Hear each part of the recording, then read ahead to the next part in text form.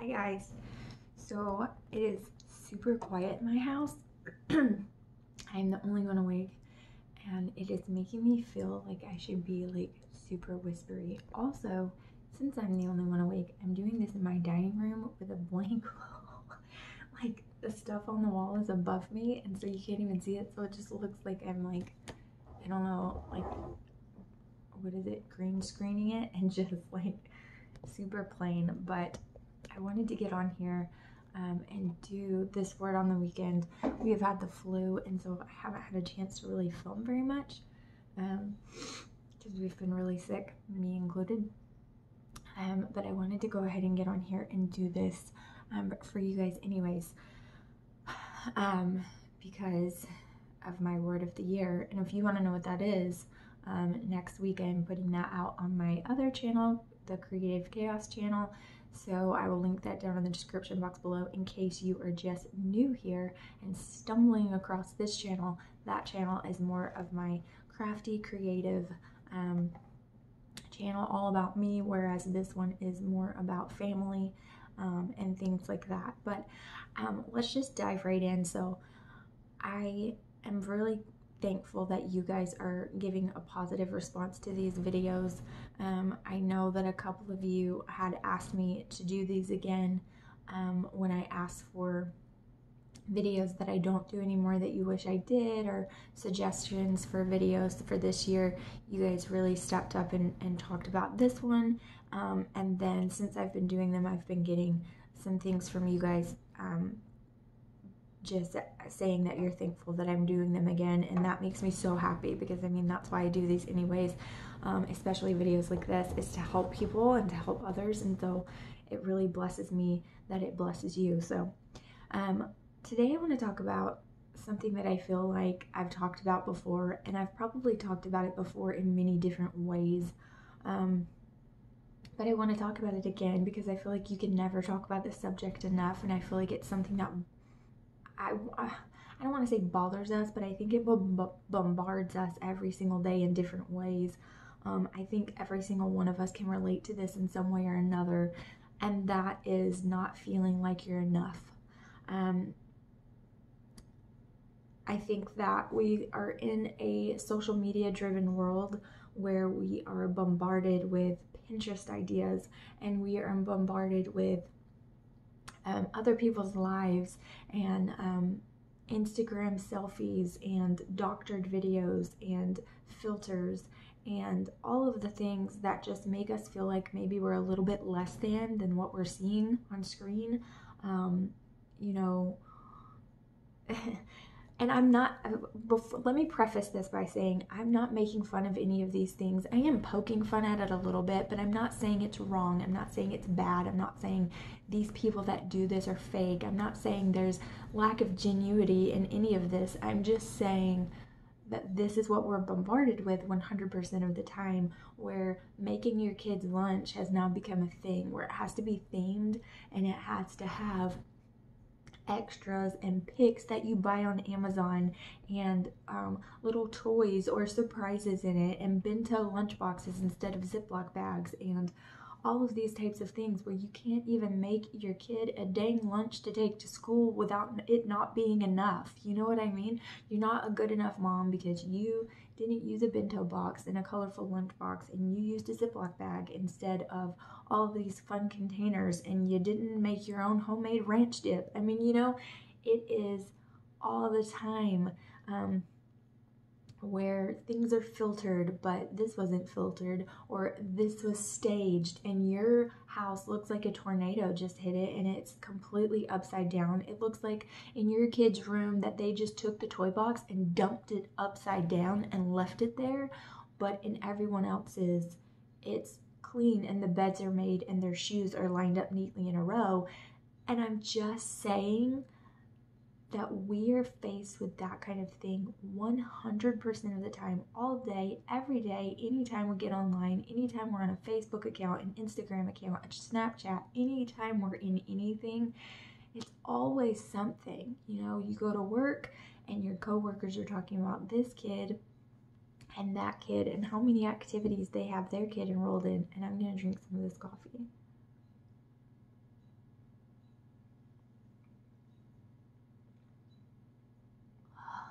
the elixir of life.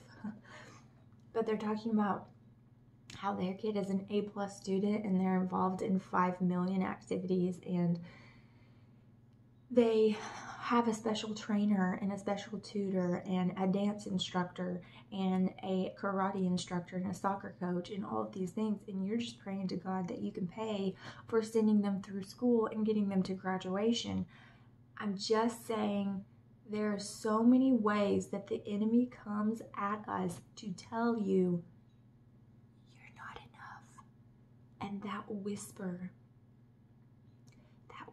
in our ear all day, every day, in small ways, in large ways, in all the different ways, you're not enough.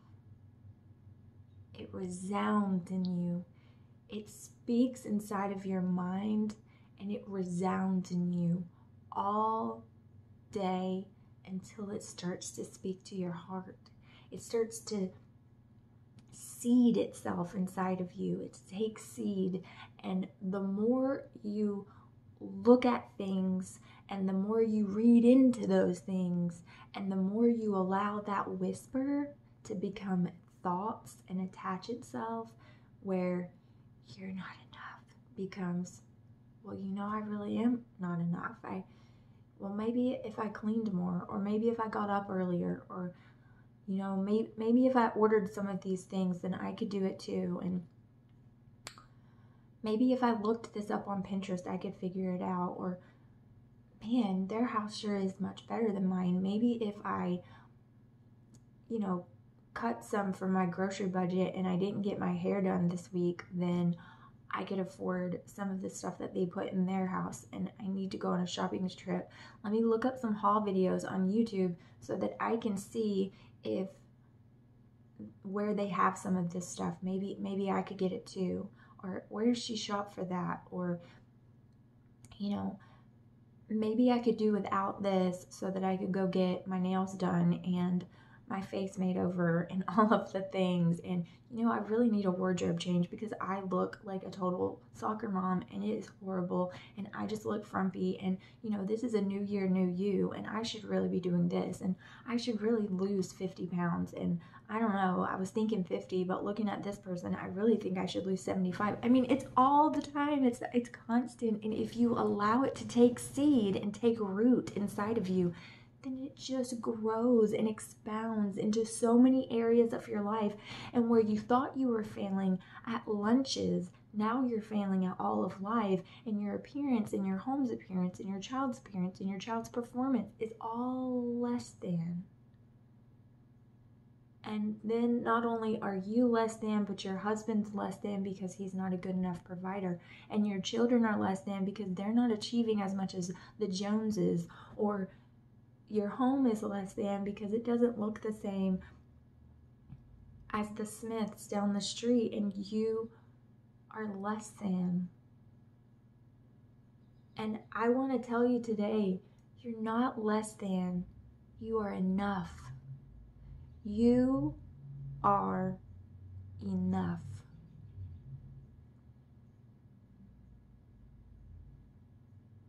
You're enough. So I want you to think about that for a second. Close your eyes really quick and say, I am enough. Let that be what takes root in your heart today. Let that be what seeds itself inside of you. Water that crap. You know what I mean? Water the heck out of it. You need some more water? Okay, water it again, because that needs to be what expounds inside of you. You are enough. You're not less than. You are enough. And I'm going to give you some scripture. So Galatians 1:15, it says, He set me apart before I was born and called me by His grace. He set me apart before I was even born. He knew me, and He set me apart to be me, to be who He created me to be. He knew who I was. He knew who I was going to be. Before I even had a personality, He set me apart before I was born, and He called me by His grace. Psalms 139, 13 through 14. You formed my inward parts. You knitted me together in my mother's womb. I praise you because I am fearfully and wonderfully made. You formed me. You knitted me together in my mother's womb. I praise you because I am fearfully and wonderfully made. You made me carefully. You took care in creating me.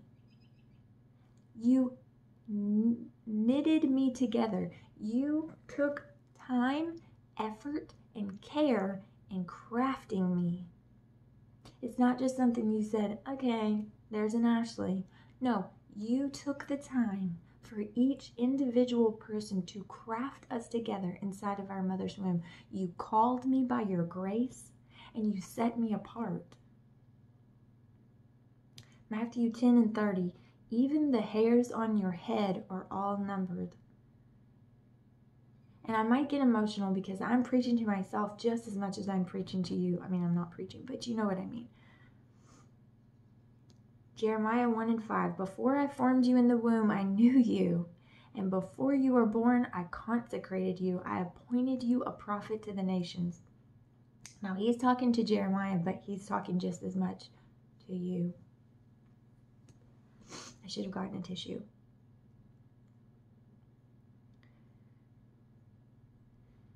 Even the hairs on your head are all numbered. He knows every detail of you, your innermost parts, your outward appearance. He knows it. He didn't just create you and forget you. He didn't just cast you to the side and said, well, I guess you'll do the best you can. He knows every single detail about you.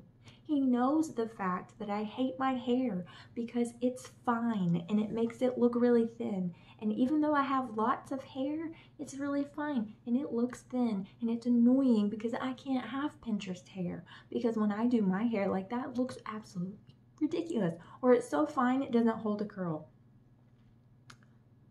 I hate it because I have half curly and half straight hair. It's neither. He knows that, but he made that about me, right? He knows the fact that I go down rabbit trails. I couldn't stay on track and tell a story to save my life, but he likes that about me. He thinks it's endearing instead of annoying. I told my husband this, and I talk to him about it often, but let me unplug this. I'm going to give us some trouble in a minute if I don't. I talk to him about this sometimes, about how every woman, and yeah, I think I can speak for every woman, you see you read all these fairy tales as a child, and you see all of these movies, these fairy tale stories, and I'm going to drink coffee again, where the guy meets the girl and he just is hungry for information about her, right? Like, he wants to know every single detail about her. He wants to know her personality and the way she works. He gathers information from all the people that know her. He wants to know everything about her. He peppers her with questions just about, what is your favorite color? And, oh my goodness, your eyes have different shades of blue, and blah, blah, blah, blah. And when you wear this color, they pop, and blah, blah, blah. You know, he's spouting off all of this romantic nonsense. And he wants to know everything about the way her mind works and the way her personality is. And a lot of times when we're dating, that is actually true. That is actually true, where, you know, you want to find out all the things about the person and you're so excited about them. But I was talking to him and I was like, you know, I think that everyone wants to feel validated by hearing about how another person sees them. Like, how do you see me? Do you really see me, or do you just see the outside of, you know, the things that I portray on the outside? What do people see when they look at me? What do they see? Like, what is their insight to me? Who do they think I am? You know, what kind of impression do they get? What kind of, conclusions do they draw about me from the information that they gather when they're around me? Like, I want to know. And I don't feel like we tell each other that enough. But part of that need for validation from other people is just the fact that you need to know that that's what he sees. He knew every detail about you before you were born. He didn't have to ask everyone else about you because he created those things inside of you. He made you who you are. He called you for a purpose. He called you to be you. He called you to be a prophet to the nations. He called you to be exactly who you are. And nobody can do you better than you. Nobody, the Pinterest queen, she can do that, but she can't do so many of the things that he's called you to. There are so many things on this earth that you can only do because that's what he made, and he birthed it inside of you, a purpose that you can fulfill better than anyone. Now, if you choose not to do it, he can find somebody else who will, but that's not the point. He called you to do it, and you can do it better than anyone. And I used to have a lot of problems with my self-esteem, and eventually I'm going to give my full testimony on here. It might take all year, but I used to have bad problems with self-esteem, and I still struggle with it sometimes. I don't think it's something that will fully ever fully go away, but I battle with insecurities and self-esteem issues, and I battled with self-hatred and all kinds of issues that I really had to break down and ask myself, why are you going through this and how can we get through it? But there's a lady, she was one of my very dear friends' moms, and I met her. When she first met me, she called out all of these things inside of me. They weren't very pretty things. They were things that I tried to hide from everyone, even myself, of struggles I was going through and things that I had deep within me that I had tried to bury so nobody knew. Like those insecurities and all of those things. And she called them out, and she pulled them out of me and just started naming all these things. I mean, this is the first time she had ever met me. And I was just blown away. I didn't know what to say. I mean, these are things that I'm trying to make a good impression on my friend's mom and let her get to know me for me. And here she is just telling me all these things about myself. And I tried to, shrug it off and laugh it off. And she was like, no, we're going to talk about this. And some may think that that was really harsh, but that lady made more of an impact on me than anyone in my entire life. Anyone. And I only knew her for a few months, and I still talk to her sometimes on Facebook, and she checks in on me. And it makes me cry because she called out all of these things, and I thought, man, is it that obvious that I'm hurting that bad to someone that just met me? But she said, I want you to go back to your dorm.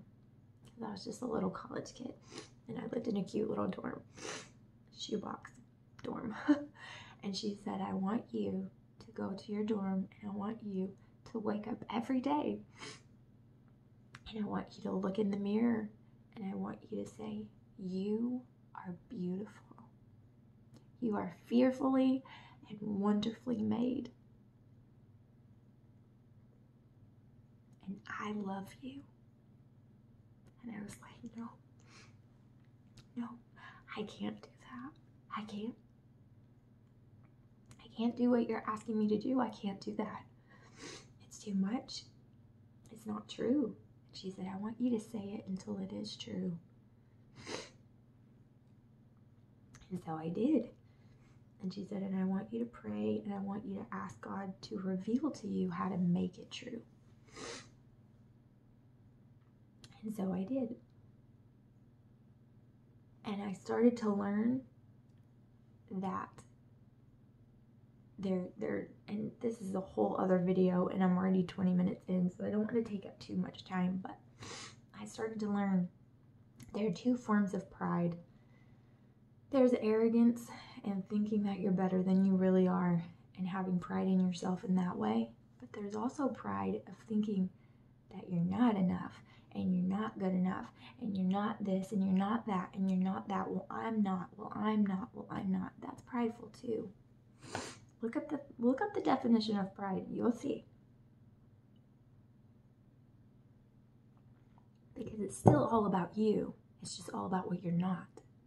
And that's pride. And it took me a long time, but I began to see when I was doing the things that she was telling me to do, and we started this all-girls Bible study, and we started really holding each other accountable and pulling things out of each other. And I strongly recommend that if you can find people around you that can speak into your life and you trust. And there were 4 of us, and we grew so close together. I still follow their lives as much as I can because I have that connection with them, and I hope that they feel the same. But I started to realize that by saying out loud or thinking within myself that I wasn't enough, I was saying that he wasn't enough. I was saying that God wasn't enough because he didn't make me the right way. You didn't do this part right, God. I mean, you really missed the mark on this. You know what I mean? Like, you didn't make my hair right. You made my eyes too big, and my nose has a big bump in it, and I don't really like the hump. And, you know, I really could have had straighter teeth, God. And, you know, you could have made me a little less rambly. Like, you know, you could have made me a little less spacey, and I could pay attention better. And, you know, you could have made me not such a spaz so I could make friends easier, and I could be more socially open, and, you know,